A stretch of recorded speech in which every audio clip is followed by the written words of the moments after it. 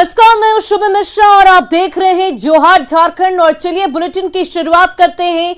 बड़ी खबर धनबाद से सामने आ रही है, जहां एक बार फिर बड़ा हादसा हुआ है। धनबाद में एक बार फिर से चाल धंस गई है, जिसमें मासूम बच्ची और युवक की मौत हुई है। इतना ही नहीं, चाल के अंदर 6 लोग फंसे हुए हैं और जेसीबी की मदद से मलबा हटाने का काम लगातार जारी है। ये बड़ी खबर आपको धनबाद से बता रहे हैं, जहां चाल धंसने से एक बच्ची की मौत की खबर है और साथ ही साथ 6 लोग इस वक्त उस मलबे में फंसे हुए हैं, जिन्हें वहां से निकालने की कोशिश की जा रही है। जेसीबी की मदद से राहत कार्य किया जा रहा है और धनबाद से ये खबर आपको बता रहे हैं, जहां चाल धंसी है। धनबाद में एक और चाल धंसने से मचा हड़कंप। महुदा में कोयले के अवैध खनन के दौरान हादसा। एक हफ्ते में दूसरे हादसे ने खोल दी प्रशासन की पोल। निरसा के बाद महुदा, क्या कर रही है सरकार?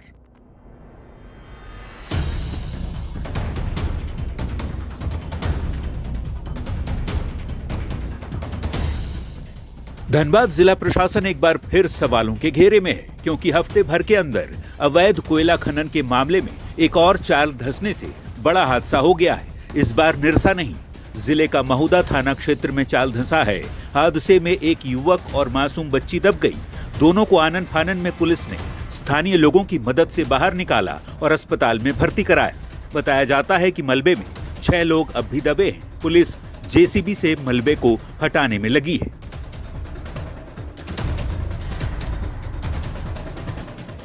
आप 2 तस्वीरों के जरिए देख सकते हैं कि कैसे महुदा में पहले चाल धंसी और राहत के साथ ही बचाव कार्य कैसे चलाए जा रहे हैं। ये हालात तब हैं जब ठीक एक हफ्ते पहले 1 फरवरी को निरसा में चाल धंसने से 16 लोगों की मौत हो गई थी। शासन और प्रशासन पर उठे सवाल के जवाब आए नहीं कि एक बार फिर से महुदा इलाके में चाल धंसने से प्रशासन सवालों के घेरे में आ गया। स्थानीय बीजेपी नेता ने साफ तौर पर आरोप लगाया है कि प्रशासन से लेकर सरकार तक इस काले खेल में शामिल है। को भी सूचना मिला है कि सरासर प्रशासन की लापरवाही है। महुदा ही नहीं, पूरे जिला में अवैध उत्खनन और कोयला डिपो का धनबाद में 5 गुंटी कम है और डिपो ज़्यादा है। प्रशासन और सरकार खुलेआम कोयला लोहा का लूट कर रही है। 4 दिन पहले ही निरसा में अवैध उत्खनन में दर्जनों लोग दब गए थे। उससे भी प्रशासन चेता नहीं, 1-2 दिन शांत रहती है और फिर जो अवैध रूप से कोयला का कारोबार करते हैं वो फिर सक्रिय हो जाते हैं। हादसा महुदा थाना क्षेत्र के लोहपिट्टी स्थित ग्वाला गांव में अवैध कोयला खनन के दौरान हुई। लेकिन आए दिन हो रही ऐसे हादसों से सबक न लेकर प्रशासन कोयले के अवैध खनन को क्यों नहीं रोक पा रही, इस पर गंभीर सवाल खड़े हो रहे हैं। सवाल शासन से लेकर प्रशासन तक उठ रहे हैं। सवाल ये कि क्या सरकार को ये तस्वीर नहीं दिख रही? कोयले का अवैध खनन जारी क्यों है? आखिर प्रशासन और पुलिस क्या कर रही है? कोयले के काले सिंडिकेट में क्या माफिया और पुलिस की मिलीभगत है? सवाल कई हैं, लेकिन प्रशासन की नाक के नीचे जिस तरह काले हीरे की अवैध तरीके से कटाई हो रही है, जिस तरह से कोयले की अवैध ढुलाई लोगों की जान की परवाह किए बगैर उसे जारी रखने की छूट दी जा रही है, वो वाकई गंभीर सवाल उस सरकार और प्रशासन पर खड़े कर रहा है जो खनिज संपदा को सुरक्षित रखने के खोखले दावे करता है। न्यूज़ 18 के लिए धनबाद से संजय गुप्ता की रिपोर्ट। वहीं जमशेदपुर की जुबली पार्क मुख्य मार्ग पर लाइव मारपीट की तस्वीर सामने आई है और तस्वीर में मार खाने वाला व्यक्ति जमशेदपुर कवाली थाना का दारोगा बताया जा रहा। अफरा तफरी के माहौल में देखिए कैसे पहले लोगों ने पिटाई की और फिर भीड़ में ही महिला कैसे पीट रही है। वहीं दारोगा का आरोप है कि बिना मतलब इस घर के लोगों ने पिटाई करनी शुरू कर दी। मारपीट में दारोगा के सर में काफी चोट आई और वो लहूलुहान हो गया। जबकि लोगों का आरोप है कि दारोगा उस घर के महिला के साथ छेड़खानी कर रहा था। इस कारण पिटाई की घटना की हुई। वहीं जहां घटना की जानकारी पर पहुंची साक्षी थाना पुलिस छानबीन में जुटी हुई है।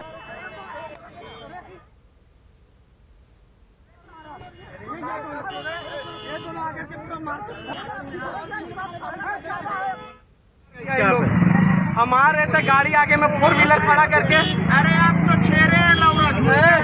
बोलो सब मिल करके यहाँ पर मार रहा था। सभी मिल करके मार दिया। हम उधर हम आ रहे थे आगे 4 व्हीलर, हम अपना साइड लेके निकल रहे थे।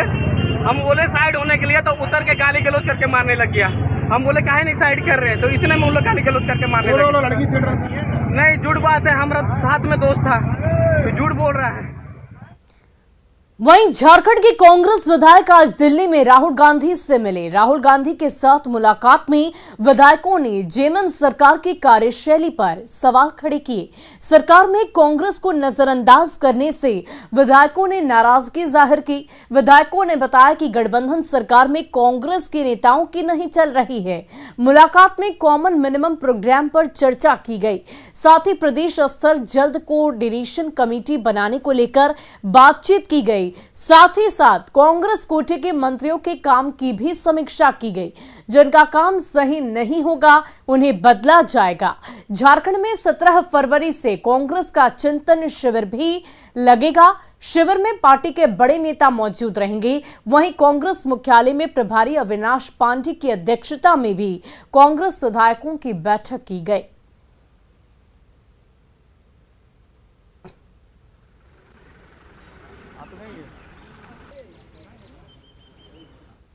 कि राहुल जी ने बहुत ही संतोषजनक और उत्साहवर्धक मार्गदर्शन किया। झारखंड में बहुत जल्दी ही संगठन की मजबूती के साथ साथ एक गठबंधन की सरकार को और प्रभावी तरीके से हम कैसे चला सकते हैं, उसके कुछ सूत्र मंत्र दिए, जिसमें कॉमन मिनिमम प्रोग्राम और साथ ही साथ एक कोऑर्डिनेशन कमेटी राज्य के स्तर पर गठित की जाएगी, जिसके माध्यम से अगली सब योजनाओं को और सरकार की गतिविधियों को उसके माध्यम से आगे चलाया जाएगा।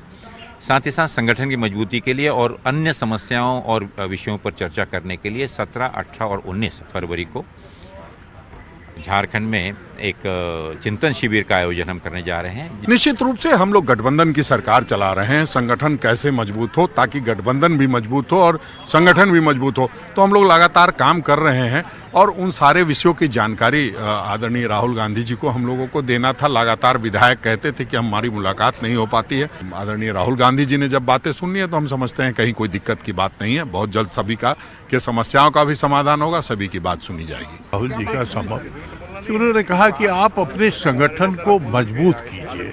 अगर संगठन मजबूत होगा तो कोलिशन मजबूत होगा, और कोलिशन मजबूत होगा तो आपकी सरकार की उपलब्धि भी आप लोगों तक ली जा सकते।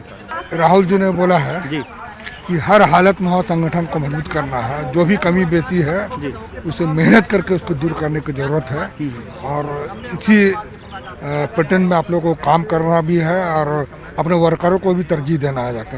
इस तरह से बहुत सारी बातें हुई। संगठन मजबूत के विषय में बात हुआ। कैबिनेट विस्तार को लेकर कुछ चर्चा की गई।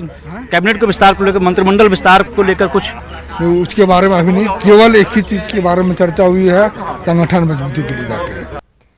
वहीं कुपोषण से बचाने के लिए सरकार गर्भवती महिलाओं और माताओं को आंगनबाड़ी केंद्रों में पौष्टिक आहार देने की बात करती है, लेकिन पिछले 1.5 साल से झारखंड की गर्भवती महिलाओं और माताओं को पौष्टिक आहार नहीं मिल पा रहा। ऐसे में बच्चे कुपोषण का शिकार हो रहे हैं। कुपोषण को दूर करने के लिए तरह तरह की योजनाएं चलाई जा रही है, लेकिन हकीकत कुछ और ही है। न्यूज़ 18 की टीम जब खूंटी के कर्रा गांव पहुंची तो वहां की गर्भवती महिलाओं ने सरकार की पोल खोलकर रख दी। देखिए ये रिपोर्ट।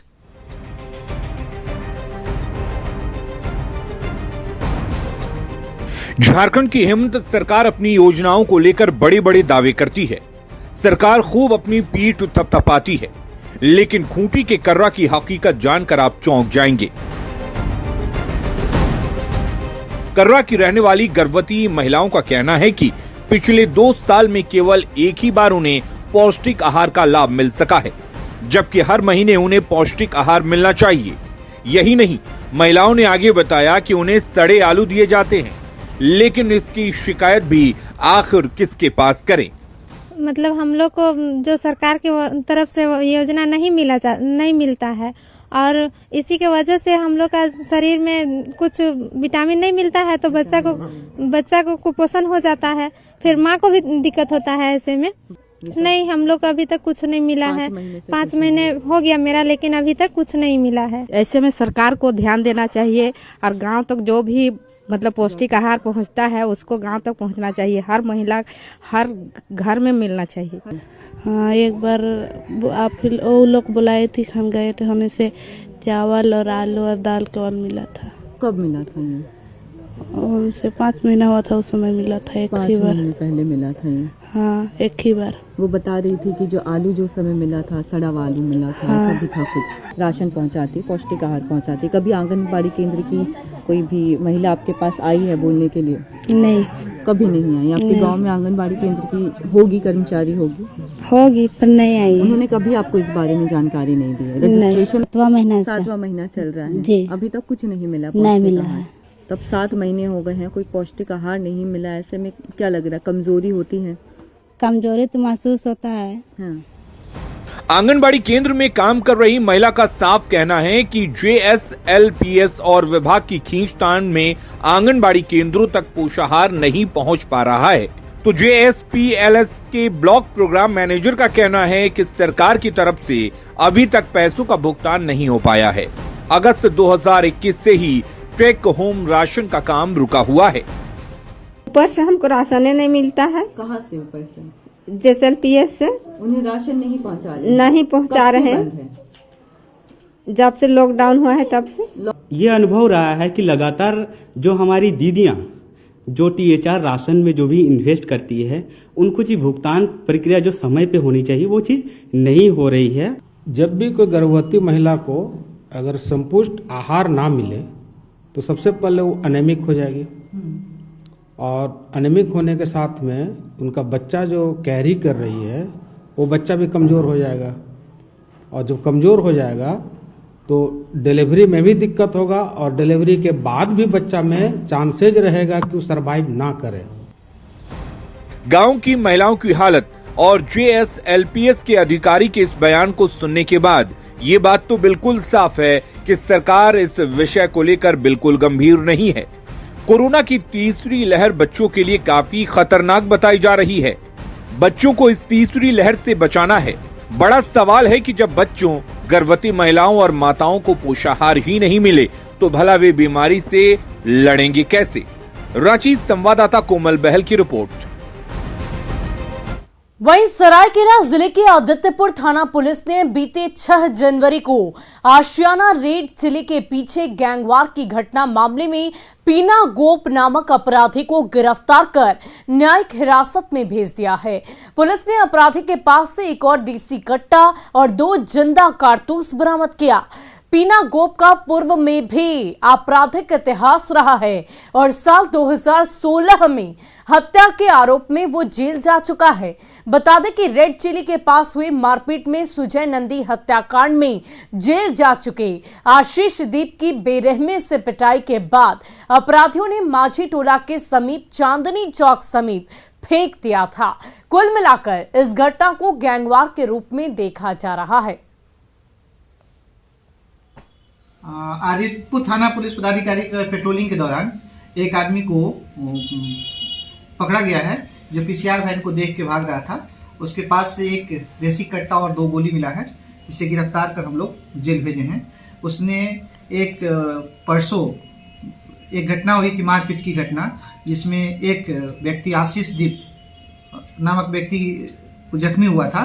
उसमें भी यह अपना अपराध स्वीकार किया है कि उस घटना में भी ये शामिल थे।